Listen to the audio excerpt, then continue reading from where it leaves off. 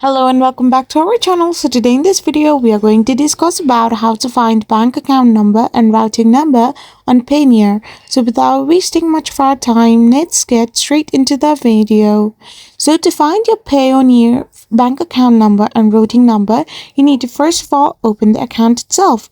So once you open the app, you will end up in this kind of interface. So now you need to simply log in into your account and navigate to payout section or the balances. So once you are here, you need to tap on the three dot icon and there you can find the option called receiving accounts or transactions. Simply tap on receiving accounts and you will be redirected to this kind of interface.